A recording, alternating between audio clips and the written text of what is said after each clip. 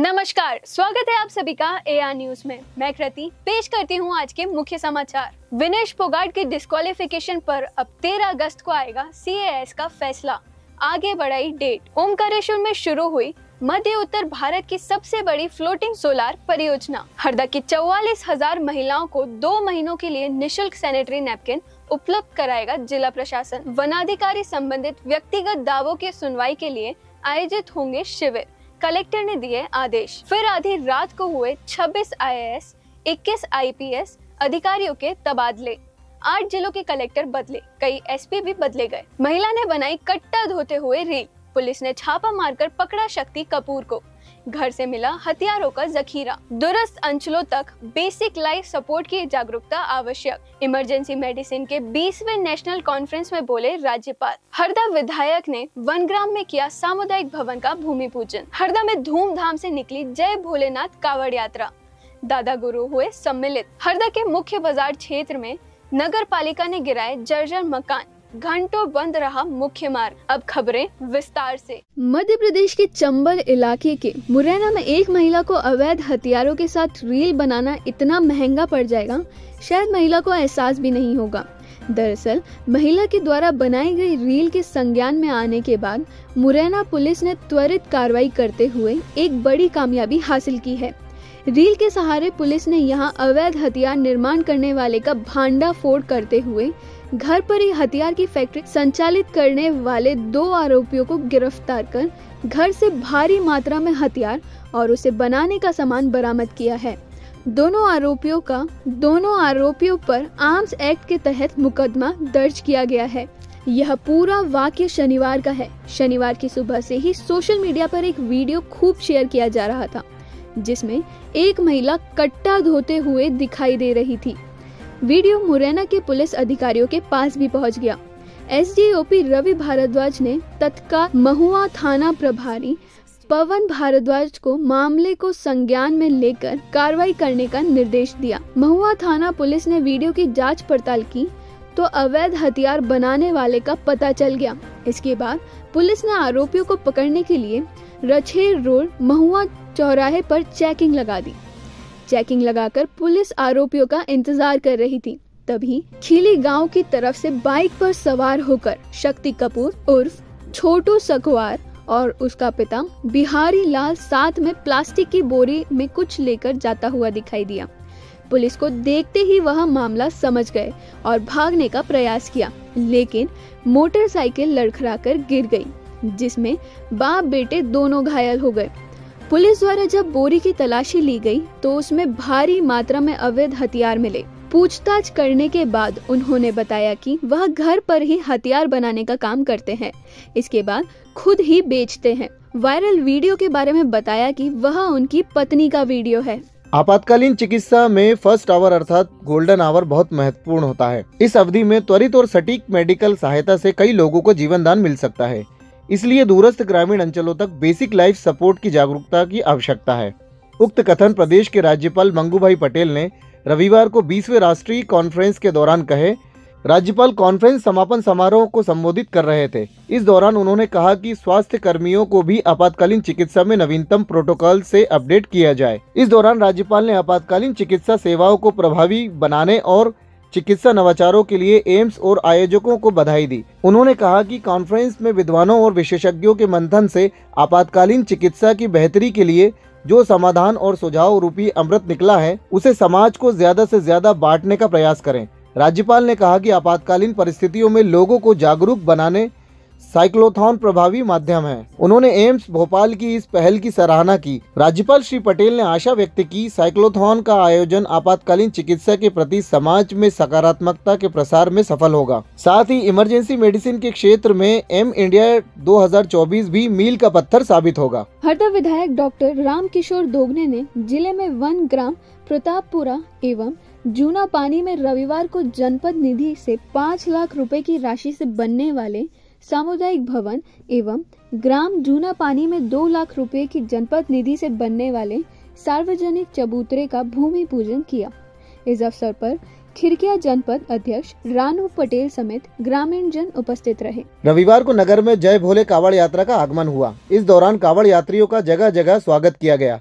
यात्रा में विख्यात नर्मदा भक्त दादा गुरु भी सम्मिलित हुए। रविवार को सुबह नर्मदा घाट नेमावर से आरंभ हुई कावड़ यात्रा का दोपहर 2 बजे हरदा में प्रवेश हुआ। इस दौरान स्थानीय आध्यात्मिक संत दादा गुरु ने सभी कावड़ यात्रियों को आशीष वचन दिए। इसके बाद कावड़ यात्रा नगर के मुख्य मार्गों से होते हुए गुप्तेश्वर मंदिर चारुआ के लिए प्रस्थान कर गई। यात्रा का समापन 12 अगस्त सोमवार को जिले के प्रसिद्ध गुप्तेश्वर महादेव मंदिर चारुआ में होगा। शनिवार देर शाम हरदा नगर पालिका प्रशासन ने कलेक्टर आदित्य सिंह के निर्देश पर नगर के मुख्य बाजार क्षेत्र घंटाघर के पास स्थित एक पुराना जर्जर मकान को गिराने की कार्रवाई को अंजाम दिया है। इस दौरान मुख्य मार्ग को सुरक्षा की दृष्टि से कई घंटों बंद रखा गया। उल्लेखनीय है कि विगत दिनों सागर और रीवा में बारिश के दौरान पुराने जर्जर भवनों के गिरने की दुर्घटना के बाद मुख्यमंत्री के आदेश पर जिला प्रशासन ने पूर्व से घोषित जर्जर और खतरनाक मकानों को गिराने के आदेश जारी किए थे। शनिवार शाम SDRF नगर पालिका कर्मचारी व पुलिस बल के सहयोग से घंटाघर रोड पर स्थित 5 दुकानों को तोड़ा गया।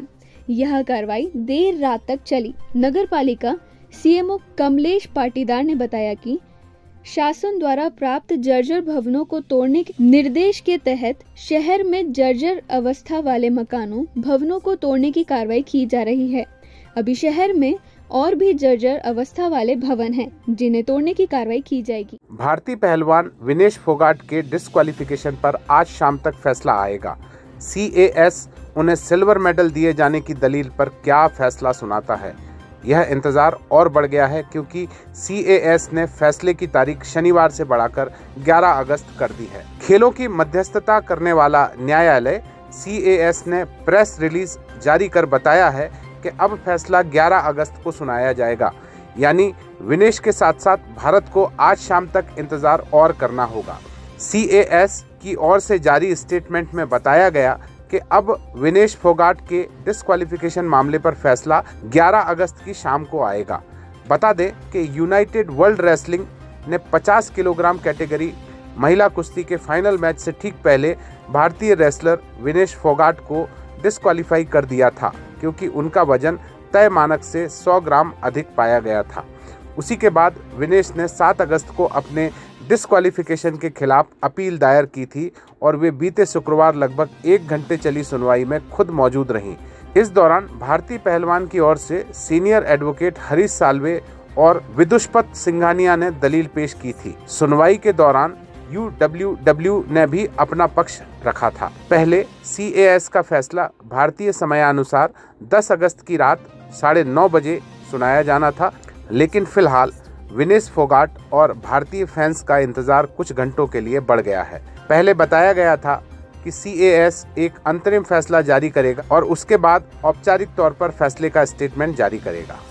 मध्य प्रदेश और उत्तर भारत में 90 मेगावाट ऊर्जा पैदा करने वाली सबसे बड़ी फ्लोटिंग सोलर परियोजना मध्य प्रदेश के खंडवा जिले के ओंकारेश्वर में बीते दिन 8 अगस्त को शुरू हो गई है। इस परियोजना को प्रतिस्पर्धी टैरिफ बोली के माध्यम से 25 वर्षों के लिए बिल्ड ऑन एंड ऑपरेट के आधार पर ओंकारेश्वर बांध के बैक वाटर पर विकसित किया गया है। नवीकरणीय ऊर्जा मंत्री राकेश शुक्ला ने कहा, 646 करोड़ रुपए की लागत वाली ओंकारेश्वर फ्लोटिंग सोलर परियोजना केंद्रीय नवीकरणीय ऊर्जा मंत्रालय के तहत विकसित की गई है। यह भारत का सबसे बड़ा सौर पार्क है। यह मध्य प्रदेश और उत्तर भारत में सबसे बड़ी फ्लोटिंग सौर परियोजना है। मंत्री शुक्ला ने बताया कि ओंकारेश्वर की सोलर परियोजना SJVN की पूर्ण स्वामित्व वाली सहायक company SJVN green energy limited द्वारा संचालित की जाती है।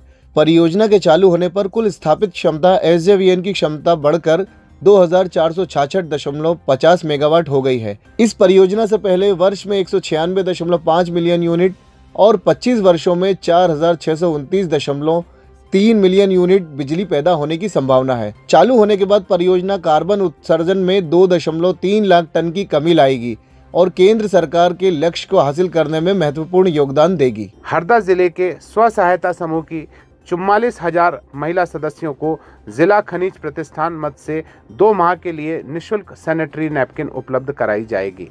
इसके अलावा अनुसूचित जाति जनजाति कल्याण विभाग एवं शिक्षा विभाग के छात्रावासों में निवासरत छात्राओं को भी निःशुल्क सैनिटरी नैपकिन उपलब्ध कराई जाएगी। यह निर्णय शनिवार को जिला खनिज प्रतिष्ठान के न्यास मंडल की जिला स्तरीय समिति की बैठक में लिया गया है। बैठक की अध्यक्षता कर रहे कलेक्टर आदित्य सिंह ने कहा, समाज सेवी संगठनों और दानदाताओं के माध्यम से भी इस कार्य के लिए मदद ली जाएगी। बैठक के दौरान जिला पंचायत के सीईओ रोहित सिसोनिया ने बताया कि आगामी 15 और 16 अगस्त को आयोजित होने वाली विशेष ग्राम सभाओं में किशोरी बालिकाओं और महिलाओं को सैनिटरी नैपकिन के महत्व के बारे में बताया जाएगा। हरदा जिले के 42 वन ग्रामों में वनवासियों के वनाधिकार संबंधी व्यक्तिगत दावों के शीघ्र और उचित निराकरण के लिए शिविर आयोजित किए जाएंगे। शनिवार को कलेक्ट्रेट में आयोजित अनुसूचित जनजाति और अन्य परंपरागत वन निवासी अधिकार अधिनियम के तहत गठित जिला स्तरीय वन अधिकार समिति की बैठक में कलेक्टर आदित्य सिंह ने इस आशय से निर्देश दिए हैं। जिला संयोजक आदिम जाति कल्याण विभाग डॉक्टर कविता आर्य ने समिति को बताया कि राज्य शासन के दिशा निर्देश अनुसार अनुसूचित जनजाति और अन्य परंपरागत वनवासी अधिकारों की मान्यता अधिनियम के तहत वन ग्रामों में आंगनवाड़ी केंद्र, स्कूल, तालाब और अन्य लघु सिंचाई संरचनाएं, सामुदायिक केंद्र, शमशान घाट, मंदिर, तेंदुपत्ता संग्रहण, ग्राम चौपाल आदि के लिए सामुदायिक भवन अधिकार दिए जाने के लिए सामुदायिक अधिकारों के दावे निर्धारित प्रपत्र में तत्काल प्रस्तुत करें ताकि उनका सत्यापन कर उन्हें मान्य करने की कार्यवाही की जा सके। वन मंडल अधिकारी अनिल चोपड़ा ने बताया कि जिले में कुल 42 वनग्राम है, जिनमें से 41 टिमरनी तहसील में और 1 हंडिया तहसील में स्थित है। कलेक्टर सिंह ने बैठक में कहा कि यह कार्यवाही वन विभाग की सकारात्मक पहल से ही संभव है, अतः इसे एक विशेष अभियान के रूप में शिविर आयोजित कर राज्य शासन द्वारा निर्धारित समय सीमा 30 अक्टूबर तक पूर्ण किया जाए। कलेक्टर सिंह ने बैठक में निर्देश दिए कि व्यक्तिगत दावों की सुनवाई के लिए विशेष कैंप आयोजित किए जाएं। उन्होंने कहा कि वन ग्रामों में सर्वे के बारे में जनप्रतिनिधियों को भी जानकारी दी जाए। सामान्य प्रशासन विभाग ने एक बार फिर भारतीय प्रशासनिक सेवा के अधिकारियों के थोक बंद तबादले किए हैं। शनिवार रविवार मध्य रात्रि को जारी तबादला लिस्ट के मुताबिक 8 जिलों के कलेक्टर समेत कई प्रमुख अधिकारियों के दायित्वों में फेरबदल किया गया है। देर रात जारी सूची के अनुसार भोपाल संभाग आयुक्त के साथ शहडोल, मंडला, राजगढ़, विदिशा, बालाघाट, डिंडोरी, अनूपपुर और नीमच के कलेक्टर बदल दिए गए हैं। ग्वालियर निगम आयुक्त को भी बदल दिया गया है। सरकार ने 26 IAS अधिकारियों के तबादले किए हैं। सूची में अमन वैष्णव को ग्वालियर नगर निगम आयुक्त बनाया गया है। वे ग्वालियर विकास प्राधिकरण के मुख्य कार्यपालन अधिकारी भी होंगे। सचिन सिन्हा को राजस्व मंडल ग्वालियर का प्रशासनिक सदस्य बनाया गया है। संजीव कुमार झा अब प्रमुख सचिव होंगे। उमाकांत उमराव को अब श्रम विभाग का प्रमुख सचिव बनाया गया है। सोनाली वयंगणकर को सामाजिक न्याय और दिव्यांगजन सशक्तिकरण विभाग का प्रमुख सचिव बनाया गया है। पर्यावरण नियोजन एवं समन्वय संगठन एप्को भोपाल के कार्यपालन संचालक संजीव सिंह अब भोपाल संभाग के आयुक्त होंगे। मदन विभीषण नागरगोजे को राजस्व मंडल ग्वालियर का सदस्य बनाया गया है। अजय गुप्ता अब किसान कल्याण तथा कृषि विकास विभाग के संचालक होंगे। तन्वी सुंदरियाल को संचालक बजट बनाया गया है। वहीं तरुण राठी अब विशेष कर्तव्यस्थ सह आयुक्त स्वास्थ्य सेवाएं होंगे। नीमच कलेक्टर दिनेश जैन को अपर सचिव पंचायत और ग्रामीण विकास विभाग बनाया गया है। उप सचिव दीपक आर्य को मध्य प्रदेश ग्रामीण सड़क विकास प्राधिकरण का मुख्य कार्यपालन अधिकारी बनाया गया है। शहडोल कलेक्टर तरुण भटनागर को उप सचिव बनाया गया है। उप सचिव केदार सिंह अब शहडोल कलेक्टर होंगे। सोमेश मिश्रा को मंडला कलेक्टर बनाया गया है। वे मध्य प्रदेश राज्य कौशल विकास विभाग के मुख्य कार्यपालन अधिकारी थे। बालाघाट कलेक्टर गिरीश कुमार मिश्रा अब राजगढ़ कलेक्टर होंगे। डिंडोरी कलेक्टर विकास मिश्रा को उप सचिव बनाया गया है।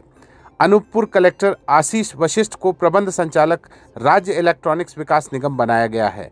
मंडला कलेक्टर डॉक्टर सलोनी सेडाना को विशेष कर्तव्यस्थ सह आयुक्त भारतीय चिकित्सा पद्धति बनाया गया है। विदिशा कलेक्टर बुद्धेश कुमार वैद्य गृह विभाग में उप सचिव बनाए गए हैं। जनसंपर्क संचालक रोशन कुमार सिंह अब विदिशा के कलेक्टर होंगे।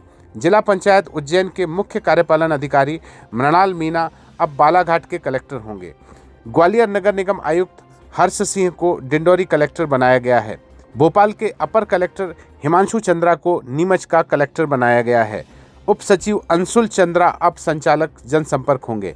अनूपपुर के अपर कलेक्टर अमन वैष्णव को ग्वालियर निगम आयुक्त बनाया गया है। मध्य प्रदेश में देर रात भारतीय पुलिस सेवा यानी IPS अफसरों के तबादले कर दिए गए।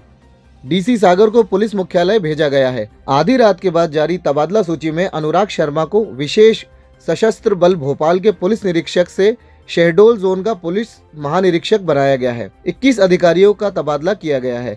अनुराग शर्मा को शहडोल का पुलिस महानिरीक्षक बनाया गया है। अतुल सिंह अब उप पुलिस महानिरीक्षक विशेष सशस्त्र बल जबलपुर रेंज होंगे। सिद्धार्थ बहुगुणा को उप पुलिस महानिरीक्षक खरगोन रेंज बनाया गया है। शैलेंद्र सिंह चौहान को सेनानी 13वीं वाहिनी विशेष सशस्त्र बल ग्वालियर बनाया गया है। रघुवंश कुमार सिंह को सेनानी 5वीं वाहिनी विशेष सशस्त्र बल मुरैना बनाया गया है। रसना ठाकुर को मऊगंज पुलिस अधीक्षक बनाया गया है। नागेंद्र सिंह बालाघाट पुलिस अधीक्षक बनाए गए हैं। उन्हें हाक फोर्स और 36वीं भारत रक्षित वाहिनी विशेष सशस्त्र बल का अतिरिक्त प्रभार सौंपा गया है। अनुराग सुजानिया को सहायक पुलिस महानिरीक्षक मुख्यालय बनाया गया है। समीर सौरभ मुरैना के पुलिस अधीक्षक बनाए गए हैं। हंसराज सिंह को जोन 3 नगरीय पुलिस जिला इंदौर का पुलिस उपायुक्त बनाया गया है। जितेंद्र सिंह पवार को पुलिस उपायुक्त जोन 4 नगरीय पुलिस जिला भोपाल बनाया गया है। राजेश कुमार त्रिपाठी को पुलिस उपायुक्त अपराध नगरीय पुलिस इंदौर बनाया गया है। वीरेंद्र जैन को श्योपुर का पुलिस अधीक्षक बनाया गया है। सुंदर सिंह कनेश को नए जिले पांडोना का पुलिस अधीक्षक बनाया गया है। पंकज कुमार पांडे रायसेन के पुलिस अधीक्षक होंगे। अंकित सोनी पुलिस उपायुक्त नगरीय पुलिस इंदौर, मोतीउर रहमान पुलिस अधीक्षक अनूपपुर और अभिषेक आनंद पुलिस अधीक्षक मंदसौर बनाए गए हैं।